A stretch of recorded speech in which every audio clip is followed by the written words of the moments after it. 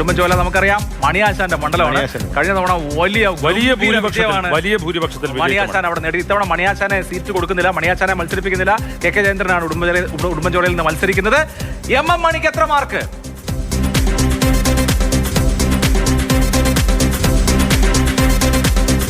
78 mark, rank 7. വലിയ സ്കോറാണല്ലോ. വലിയ സ്കോറാണ്. 78.4 കുറിച്ച് ഉടുമ്പൻചോലക്കാർക്ക് വലിയ അഭിപ്രായമാണ്. അല്ല, അതുപോലെ അവിടെ എല്ലായിടത്തും എത്തുകയും വികസന പ്രവർത്തനങ്ങൾക്ക് മുന്നിൽ നിന്ന് നടപ്പാക്കുകയും ചെയ്തു. എന്നിട്ടും അദ്ദേഹത്തിന് സീറ്റ് കൊടുക്കാത്തത് എന്താണെന്നുള്ളത് വലിയൊരു വികാരം അവിടെ ഉടുമ്പൻചോലക്കാർക്ക്. അല്ല, എം മണിയെ സംബന്ധിച്ച് അവിടുത്തെ പ്രാദേശിക ജനങ്ങൾക്ക് വലിയ വികാരവും സ്നേഹവും അടുപ്പുള്ള നേതാവാണ്. നമ്മൾ പുറത്തുനിന്ന് നോക്കുന്നവർ എങ്ങനെ അദ്ദേഹം പറയുന്നത് നമ്മൾ നോക്കിയാലും പ്രാദേശികപരമായി നാട്ടിൽ അദ്ദേഹത്തിന് വലിയ വേരുറപ്പുള്ള മണ്ഡലമാണ്. അദ്ദേഹത്തിന് വലിയ ജനസമ്മതി ജനങ്ങൾക്കിടയിലുണ്ട്. അദ്ദേഹം വളരെ ആക്റ്റീവാണ്. എനിക്ക് 1-2 വിവാദങ്ങൾ ഞാൻ സൂചിപ്പിക്കും. ഒന്ന്, മണിയാശാൻ എം മണി മന്ത്രിയായിരിക്കുന്ന സമയത്ത് ഇന്നോവ ക്രിസ്റ്റയുടെ ടയർ മാറ്റവുമായി ബന്ധപ്പെട്ട് കാരണം അദ്ദേഹം എല്ലാ ആഴ്ചയിലും ഹൈറേഞ്ച് കയറി ഉടുമ്പൻചോലയിൽ ചെല്ലുന്നുണ്ട്. അദ്ദേഹം തിരുവനന്തപുരത്ത് മാത്രം അതിൻ്റെ ഒരു ഫലമായിരുന്നു അടുത്ത തെരഞ്ഞെടുപ്പിൽ 30,000 മുകളിൽ വോട്ടാണ് അദ്ദേഹം ജയിക്കുന്നത്. അപ്പം അദ്ദേഹം മണ്ഡലം നന്നായി ശ്രദ്ധിക്കുന്നുണ്ട്.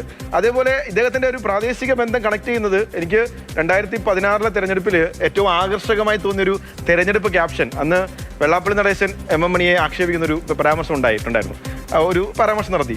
അന്ന് ഞാൻ ഇപ്പോഴും ഓർക്കുന്നു, ആ തെരഞ്ഞെടുപ്പുകൾ നമ്മൾ നിരീക്ഷിക്കുമ്പോൾ ഏറ്റവും നമുക്കൊരു ഹൃദയസ്പർശിയായി തോന്നിയ എം മണി ഞങ്ങളുടെ കണ്ണിലെ കൃഷ്ണമണി. ലൈക്ക് അത്രയും പ്രാദേശിക സോഷ്യൽ മീഡിയ വളരെ ഫലപ്രദമായി ഉപയോഗിക്കുന്നു, താഴെത്തട്ടിൽ ജനങ്ങൾക്കൊപ്പം നിൽക്കുന്നു. ആ രീതിയിൽ ഈ മാർഗ്ഗം അദ്ദേഹം അർഹിക്കുന്നതന്നെയാണ്. പാൻ കേരള ലെവലിൽ അദ്ദേഹത്തെ മറ്റു രീതിയിൽ എങ്ങനെയൊക്കെ ആൾക്കാർ പറയുന്നെങ്കിലും മണ്ഡലം ശ്രദ്ധിക്കുന്ന കാര്യത്തിൽ ഈ പറയുന്ന പ്രായമായ മറ്റു പലർക്കും ശശീന്ദ്രനും കോവൂർ കുഞ്ഞുമനും ഒക്കെ ഈ മാർഗ്ഗ് കുറയുമ്പോൾ എം മണി അദ്ദേഹം ഒരു മാതൃകയാണ്.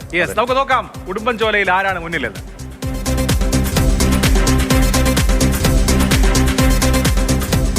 57.50. UDF 36 ഉള്ളൂ. 21% ലീഡ്. വളരെ ഹ്യൂജ് ആയിട്ടുള്ള ഉടുമ്പൻചോലയിലുണ്ട്. പക്ഷേ മണിയാശാൻ മത്സരിക്കാത്ത സാഹചര്യത്തിൽ അത് കുറച്ച് കുറയും.